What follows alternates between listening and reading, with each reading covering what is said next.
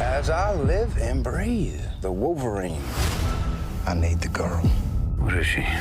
She's R&D gone bad. I don't like guns. You're not the only one that's been in hands. Logan. She needs our help. She's very much like you.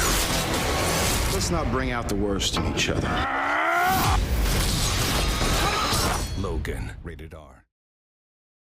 Hey YouTubers, it's Charlie. So WTF viral clip, just gonna explain what's going on. It's basically an origin story. There were a lot of you that were wondering why this is so pixelated. It's meant to look that way. It's supposed to be like a viral teaser, like, oh, somebody leaked this on a thumb drive and now it's being distributed. Just in the way they release it, as if somebody just randomly uploaded it to the internet without giving it a title. Like it's literally just the file name of the file from this security camera. And that's probably what it is. It's probably just security cam footage. So you see her getting her adamantium claws. You see her freaking out. This is right out of the comic book. And I should actually say, there's a new round of the Logan giveaway for IMAX gift certificates. All you have to do to enter is be a subscriber, leave a comment on this video, be sure to click that bell to enable alerts. So really glad they actually did confirm this is being released in IMAX. The movie people actually sent me something, but I think I can say what it is in a little while. I haven't gotten it in the mail yet. Because this is still part of the continuity set up by X-Men Apocalypse, you have to remember that post-credit scene where the Essex Corporation, Mr. Sinister's company, stole the Weapon X sample of Wolverine's blood. The X-23 origin is completely in keeping with the comic book storyline, and it ties up with the post-credit scene in Apocalypse.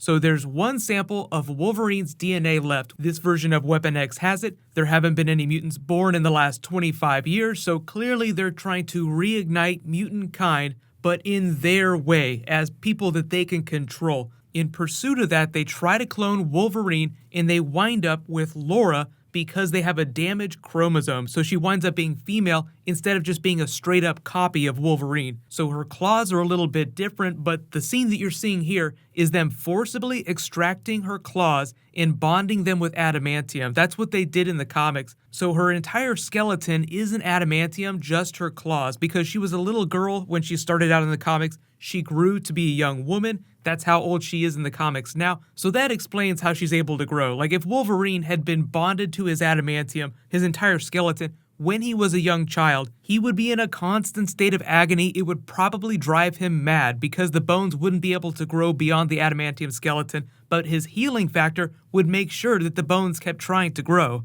You see her playing with her claws here. She doesn't seem too violent yet, but I'm waiting for them to release some clip where she hulks out at this facility, then takes off. Because the person she's named after, Dr. Kinney, carried her to term, raised her in a very loving way as much as is possible in an environment like this. So she's relatively docile, still exhibiting some of Wolverine's personality traits. But in the comics, the thing that breaks her, the thing that makes her hulk out and go crazy on everyone, is when Xander Rice, head of the program, this character here in the movie, orders Dr. Kinney's death because she won't help turn X-23 into the weapon that they want her to be. So she winds up dying. X-23 hulks out, breaks out, and goes on a killing rampage on her path to Wolverine. So the movie's changed that a little bit. It's aged her down at the point of her breakout so that she's more vulnerable. She needs Logan's help. She's the reason why he pops the claws again, so to speak. Like you've seen that Sunseeker video with him just driving the limo around random people in that Vegas-looking town. Like the worst possible job that Wolverine could ever have. Jesus, what has happened to him in his old age? This is terrible. Mr. Esperanza, this is James Howlett. I'm calling about a 96 Sunseeker you listed in the Pan You Saver from last week. I'm wondering if it's still available. It says it needs repairs, but well, I was wondering if you're willing to part with it for an even $60K. I know it's not the full amount, but seeing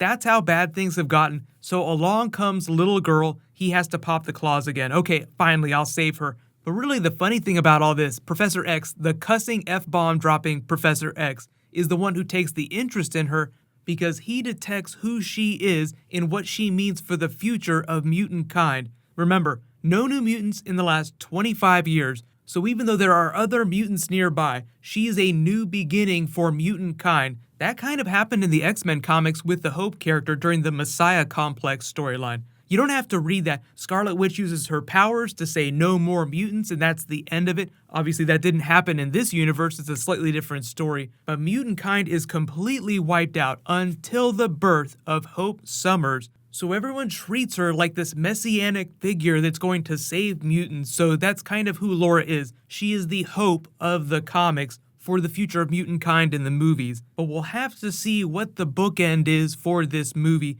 given that all the other X-Men movies that are coming, even the Deadpool movies, will take place in the past. So most of the storytelling in the X-Men universe is going to be happening between the 90s and between present day. This is so far in the future that you don't need to worry too much about the continuity. They can have all the fun that they want. The other movies can do their thing. They don't have to worry about crossing the streams. And I think everybody would be totally cool if they completely ignored the continuity of this movie and then brought X-23 into one of the newer X-Men films down the road, even if it's not for a couple years. The rest of this footage gives you a better look at the Reavers. They're all cybernetically enhanced through the Weapon X program. The idea of the legend of Wolverine is a big thing. You have both Laura, her growing up, learning about them, reading these comic book stories, the legend of the X-Men. Then you have the villains, too, that know them by reputation. Maybe they've even crossed paths in the past. So Logan talks about friends dying in the real world.